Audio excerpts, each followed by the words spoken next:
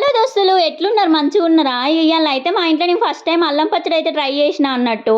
ఓ నీ ఇదెంత సుతారము అనుకున్నా కానీ చాలా ఈజీగా ఉంది. అట్లనే ఈ అల్లం పచ్చడి ఎట్లుంటది అంత తీయ తీయగా అనుకున్నా కానీ చేసినాకైతే టేస్ట్ మస్తు నచ్చింది అసలు నాకైతే. అక్క ముందైతే ప్రాసెస్ చెప్పు అంటారా? ఏం లేదా, సరే మేము పోతాం తీ అంటారు. అరే రే ఆగండి ఆగండి, ప్రాసెసే చెప్తున్నా. ముందుగా అయితే మనకు అల్లం, బెల్లం, చింతపండు, కారం, ఉప్పు, ఎల్లిగడ్డలు అయితే కావాలి. అట్లనే ధనియాలు, మెంతులు, ఆవాలు అయితే డ్రై రోస్ట్ చేసుకొని పక్కన పెట్టుకోండి.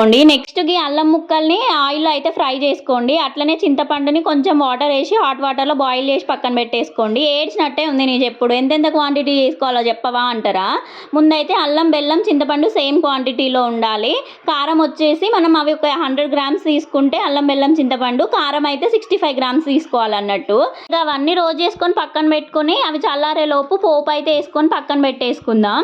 ఇక నెక్స్ట్ అయితే మనం రోస్ట్ చేసుకున్నాయి ఇంకా ఫ్రై చేసుకున్నాయి అల్లం, బెల్లం, చింతపండు, కారం, ఉప్పు టేస్ట్కి తగినంత వేసుకొని మంచిగా అయితే మిక్సీ పట్టేసుకోవాలి. ఎల్లిపాయలు కూడా వేసుకొని మెత్తగా గ్రైండ్ పట్టుకొని ఇది తీసుకుపోయి ఇక పోపులు అయితే వేయాలన్నట్టు. ఇక తర్వాత సాల్ట్ అడ్జస్ట్ చేసుకోండి సరిపోకపోతే. మస్తు అంటే మస్తు ఉంది, తప్పకుండా ట్రై చేయండి. అట్లనే మర్చిపోకుండా ఛానల్ సబ్స్క్రైబ్ చేసుకొని వీడియోకి లైక్ ఇవ్వండి. బాయ్.